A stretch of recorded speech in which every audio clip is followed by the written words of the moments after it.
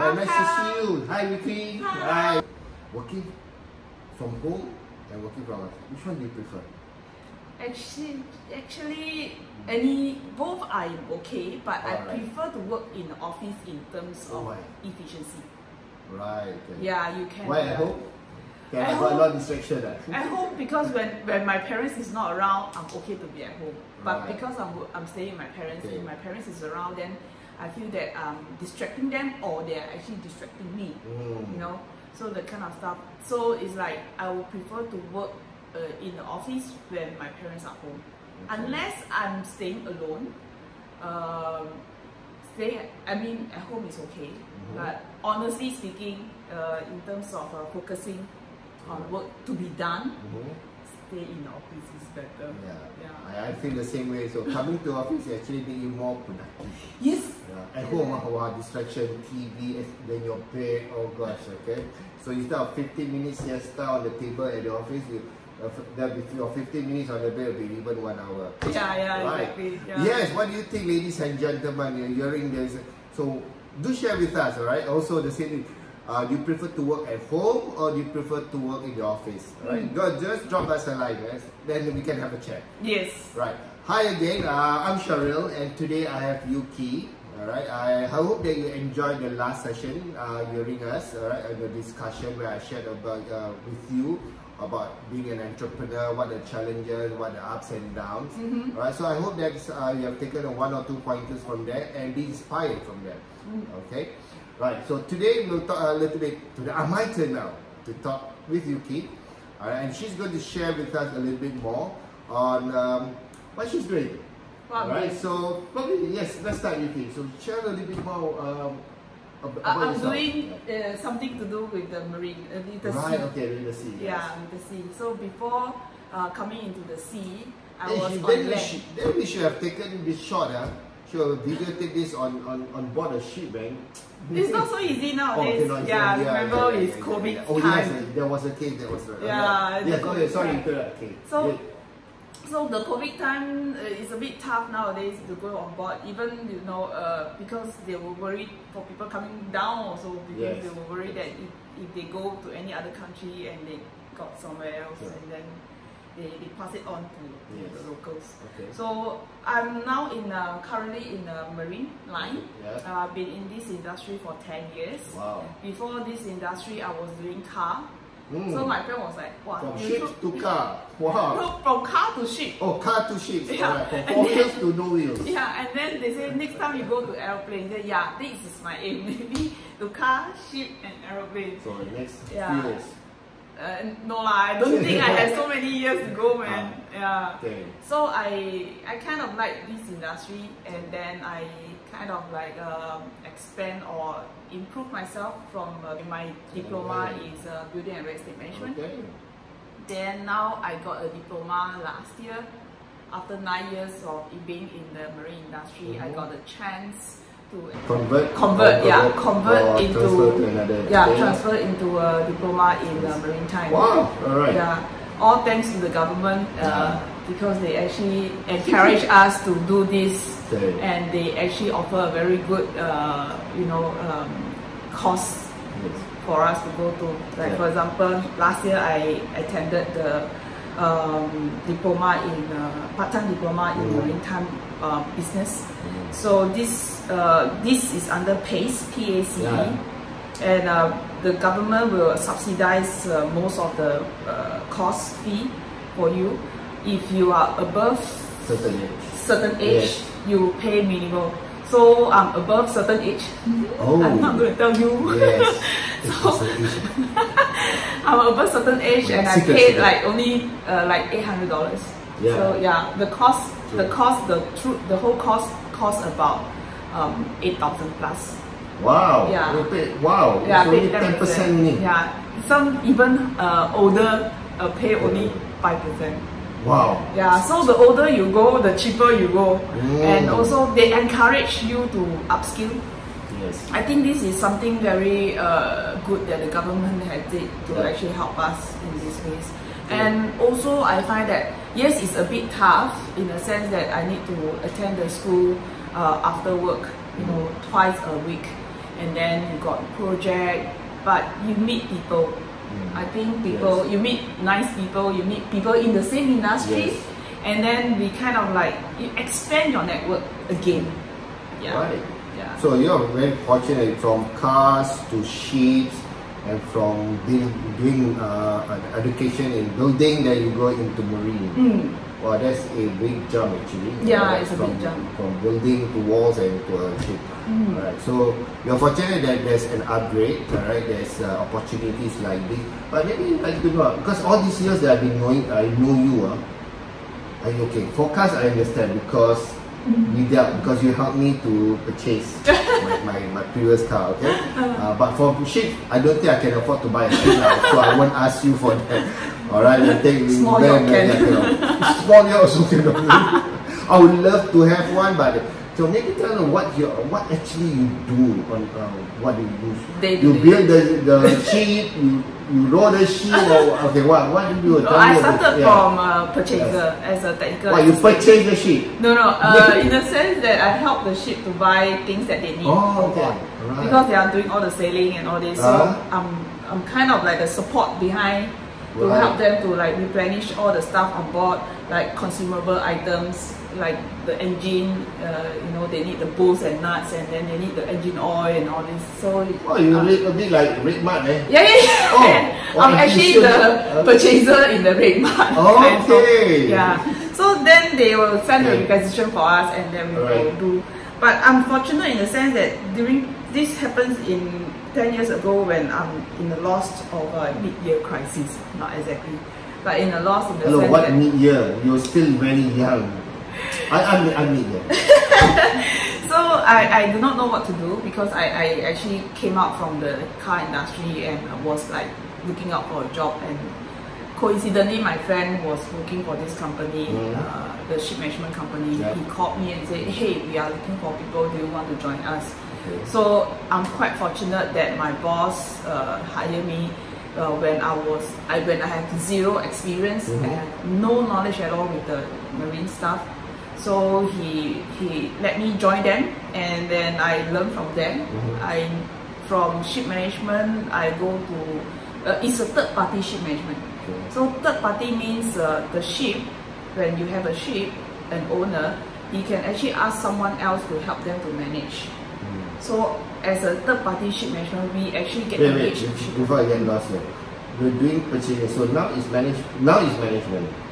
So purchasing is part of the management. Oh, purchasing is part of management. Okay. So you manage a ship in the sense that whatever the ship wants, technical problem or purchasing, everything, you go to you as a ship management. So after that, you do shopping. Then I shop. That means whenever time the vessels go anywhere. So you go NTUC, Giant. No lah, I send to NTUC and Giant to help me to buy, and then quote me, and then this is what a purchaser do. Alright. Then slowly from there, I move on to another ship owner company. Wait, before that, usually I'm just curious because I just want to know. So usually, what's the lead time they give it to you? Because our ports are always busy, you know. There are thousands of ships, 3,000. I heard it's about 3,000 minimum a day. So when they come in, usually how long? A day, a week before that? It depends. Oh, depends. Yeah, sometimes it's like maybe hours. They come in for bunkering. Okay. Yeah, which is top up their fuel.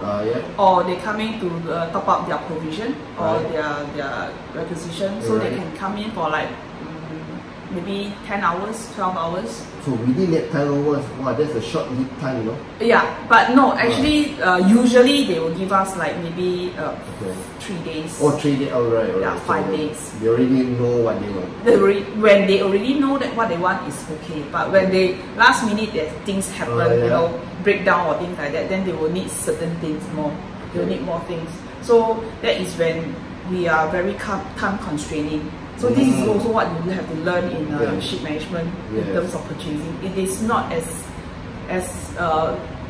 easy job as what you think, because it's like we have to look at where they are going.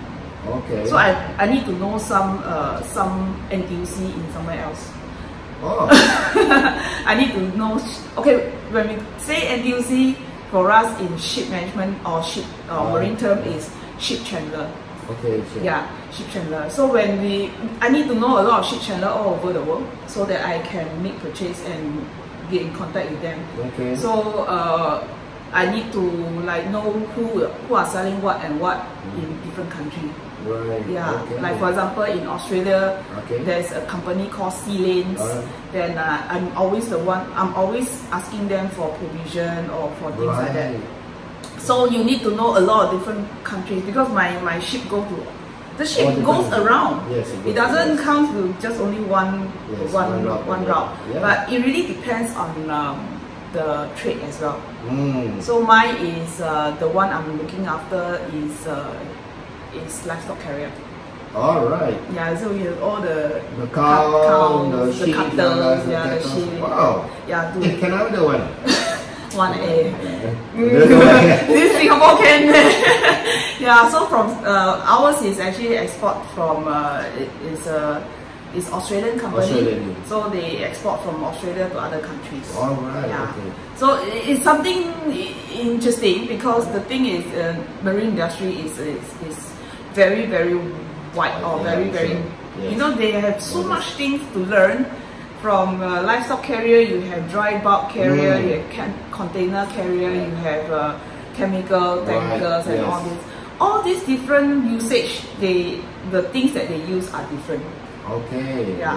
Like for me, if I go to for ship tanker or for other vessels management, they come to my management, they will have new things to learn.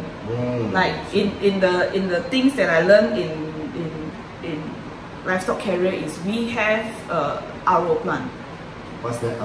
What's RO plant? RO plant is a reverse osmosis plant that is actually cleaning of water. Oh. Yeah, so because we cannot supply, we need to filter all the water or clean the water before consumption. Right. So we use a lot of water to actually do cleaning in the livestock carrier. You see, we have all the feces and all this from the animal. Yeah. So you need to clean and then to supply water for them as well. Sure. So the water sometimes they drink is from the RO plant. Okay. But of course we do treatment, we do a lot of filtering and all this to make sure that it's edible for them.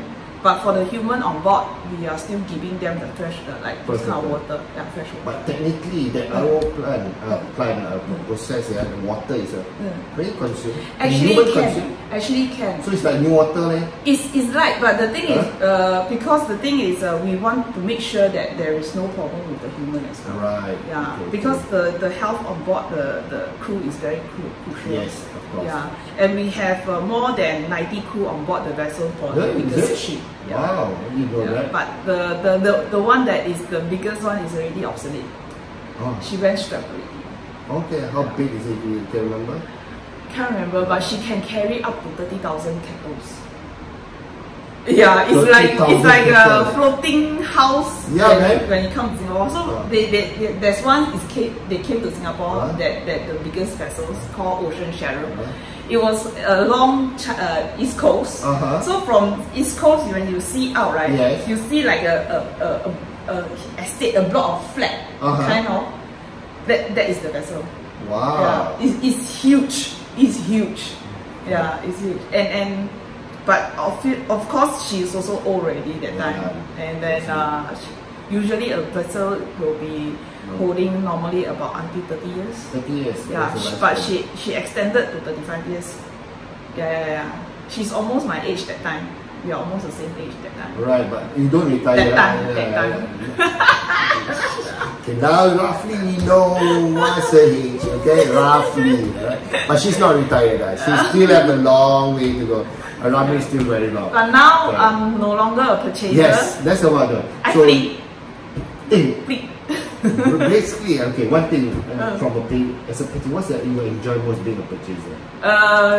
Sometimes you're fresh, coming from building, then you're doing this purchasing in marine industry. So what's the one thing that you are sitting there and then the sales have to kowtow to you, so you're like, I want to buy, I don't buy because the kind of stuff. Right. The thing is, you kind of like had an upper hand. So now I flip. I Okay, become so the now- sales. I become have the low end. So now, then you are buying, now you selling. Yeah. Okay, so what do you sell? Yeah, I'm selling Chips. supplies for chemical Which? additive. We are selling for additive fuel conditioner. Okay, wait. Are you in the same company or is it the same No, company? or it's is it- different. Oh, I went on to moved another company. Yeah. So the other company is now you're doing the selling. Yeah, sales, doing alright. sales. So what is it then? Sales in marine, not marine, actually in fuel fuel. conditioner. Oh, wow! I thought got shampoo conditioner for your head. Okay, tell me. So this conditioner is actually to help to improve the combustion of the fuel and Alright. also to clean the fuel if the fuel has bad fuel because there are contamination in the fuel as well. Right. Okay. So this is one thing that we are we are doing, and this company has been has found this product since 1981. Yeah. Okay. How did they find you, or how did you find them? Actually, it's my boss find me. Wow, Yeah. headhunters! See, You so must be. actually, it's quite fortunate in the sense that I was working with my boss before with this ship management, Okay. but as a ship owner. Right. And then I know him for 10 years already. Okay. I've been working with him. He's been working with me, and he know my way of working, Yes. and he is comfortable because honestly, I'm not a very good one. As in, it's not very good. I'm good in getting result. But I'm no good at following command. Oh. Because if I don't think that is how to say that makes sense, I will rebut. But of course, when I rebut, I didn't say that I want. But I will tell him, say my point of view is this. Then he will go back and think, and then he will come back to me and say, okay, I think you're right. Okay, Yeah. So you're But very and- assertive. Yeah, so at least I'm not a yes man. I listen. If I don't think it can work, I'll tell you, say no. I think this is this. But I didn't expect him to change according to my way. I'm just giving him an idea, Right. and then he will let me know whether. And I also accept sometimes. So because I know I'm not good enough, but at least I share my point of view with you. Right. And if you think that it makes sense, then okay, we change. Okay, But if it wonderful. doesn't, then he will tell me a reason. Okay. Then okay, that reason substantially Right. makes sense. Then okay, I say, okay, let's do it this way. Wow. Yeah. So we have that kind of The relationship. yeah, So relationship. 10 years. 10 years. So he knows my way of doing things, and I know the way he's doing things. Wow. So end up when he got the opportunity to set up this company in Singapore, he asked me to join. He told me that the first person he come into his mind is me. Of course. Yeah. Of course. How valuable you are. Yeah. Then I'm grateful that I left the previous company and joined him. Yes. And yeah, I think we work very well together. Sure. Yeah, and he knows that he don't even need to give me pressure. I give my pressure myself. So you pressure also the boss, right? Okay, I pressure myself is because I want to perform. I want to Yeah. make sure that the company find that my work is worthwhile in the company. Yes. That Yeah. is why I stress myself, even though my boss don't stress me. But of course, in terms of stressing myself, it's not about the numbers. I think it's more than numbers, and also that I don't just give I don't just do what I'm supposed to do. Okay. I'm doing a little bit more. Right. Yeah, so that I also can tell them, say, okay, I can do this also. It's not just this. Okay. Do it to prove it, not to keep saying only. Yes. Yeah, when they see it, they will realize. But having a very good boss is very important. Pre-COVID, so how do you actually engage your customers? How do you get your customers? Do they come to you or you go to them? Pre-COVID, I go to them, mostly go to them. Yeah, because So what are the regions or countries? now APAC. Okay. APAC. Singapore Wow. So is you need APAC. to travel to see the customers. Yeah, actually last year I traveled almost every month. So Yeah, you're hardly it's here, like right? hardly here in Singapore, but now it's like So don't home is stop. like hotel lah, check in, check out. Kind of. So that's why when my boss say, "Oh, work from home, are you comfortable?" Actually, I'm okay because I used to do that when I do a lot of traveling. So working from home for me isn't a very big problem. I'm used to like doing the small screen already and traveling around with my laptop, you know. So so when you travel, APAC, right? So what's the exciting part? Maybe share maybe one or two things, different country or the encounters that you have. Okay. Exciting ones. Exciting ones are Japan. Okay, so what was I told my boss everyday sushi. No. Oh my god, the sushi there is so nice. Yes. Cannot compare to Singapore, man, honestly. Of course, original man. Yeah, and it's cheap. Yes. Okay. Yeah, it's cheap to me. Okay. Yeah. So when my boss said, okay, you go to this Japan to do this and that, I said, okay, I go. And then I say, I drive. Yeah, he said, are you sure? Wait. Drive from Singapore to drive in Japan. Okay. Yeah. So I rent a car in Tokyo, and I drive to my customer's office. I lost. Actually, I lost. From Tokyo. No, actually I have two visits. One is in Tokyo and one is in Matsuyama or Imabari. Okay. Yeah. So in Tokyo, I drive. I got lost. And the thing is, Japan, to them you must be punctual. Correct. Then that day I'm not punctual at all. I totally gone out of the way, Okay, sorry. One thing I want to to let you guys know that if you want to do this like visiting customer, don't plan half an hour in ahead. Or if you find that in Google you see it's about half an hour for the route, but because you are seeing on the day before or some other days, on the day itself it may be longer because you can have traffic, the condition and all this. So always plan a bit longer so that at least you have time, some buffer time. So my mistake is actually I thought it's 15 minutes away from where I stay. Oh, that's near actually. Yeah, that is near, right? Yeah. Then I planned half an hour. So it's 15, okay, No, sorry. When I go on the car, right, and when I key the PIN code, right, the postal code,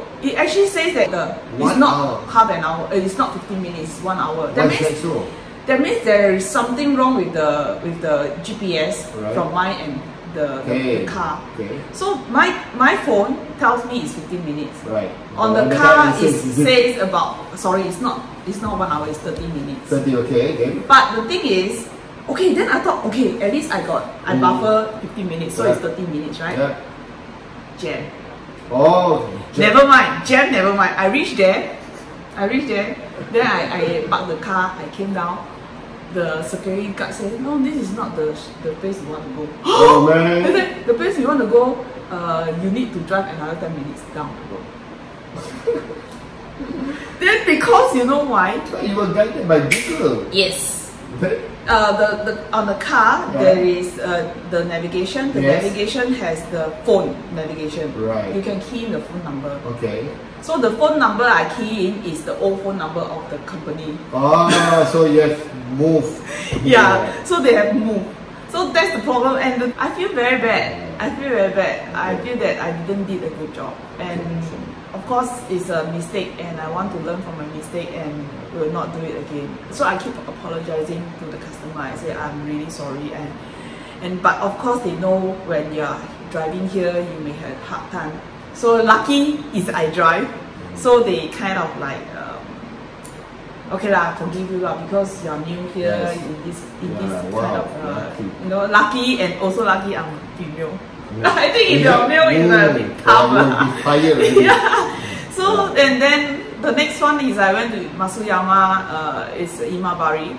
So I drive from 5 hours from Osaka to Matsuyama. Wait, GPS say how long? GPS is 3 hours. 3 hours. So you give yourself now 5 hours. Actually, I reach there is 5 hours later. Yeah. That's 2 hours. Yeah. Okay. Alright. Because I think the traffic there also. Yeah. So one that I learned also that for any engagement, whether business, try as much as possible, especially business, be on time. Yeah, be on time. If you're late, at least just inform them. If you need to be delayed for whatever reason. I did. Then what? The best thing is I called him, I'll be half an hour late. Then he said, okay. Because half an hour plus half an hour, okay ma, 1 hour ma. But I go to the wrong side. And then I struggle again for another half an hour. Okay, so it's like another lesson also. Don't fully trust on the Google Map, maybe because it's not been updated. So you need to have probably two different and verify if you're in a new environment. Yeah, I think in Japan it's a bit tough. Okay. In Japan, the most accurate or most punctual one is the train. Wow, yeah. The public transport, yes. Right. So the second time, to the train. Okay. Yeah, right. and I managed to do. So I think there is a lot of different things that you can learn when I'm because this going Japan is a new territory for me, and it's new for me to go there as a business trip. Okay. It's my first time. Sure. And then the last time, when my first time doing a business trip with another company in Dubai. It's also very interesting in Dubai. Okay. Because in Dubai, most of the taxi drivers are non-local. Yes. Because their local is about 30% only. 70% is their foreigners. Yes. That's right. Yes. Actually, Singapore is almost going to be the same. Similar to that. Yes, yeah. So what happened is the most of the taxi drivers do not know the location, or they'll ask you, do you know how to go? And then hello, if I know how to go, I taxi for what? I taxi you for what? Yeah. Then never mind. Then after that he says he doesn't know how to go. So me and my ex-boss, the last time I was working for another company, we held down almost 10 taxi. The last one then say, oh, I know how to go. Okay. Yeah, and the thing is they don't have road name. Oh yeah, Dubai. Yeah, they only have zone. Sharjah, zone Sharjah, zone where. Then they only know about the, how to say, the landmarks. Yeah. Yes. So the landmark is like, for example, you say Jumeirah Beach, just across Jumeirah Beach. So then they'll go there. Then they aga, you know, or is it this one? Is it this one? Or is it this one? Yeah, so that is the big issue. Okay. So even though you want to drive there, also a bit tough because there is no postal code for you to key in. Theirs is all PO box.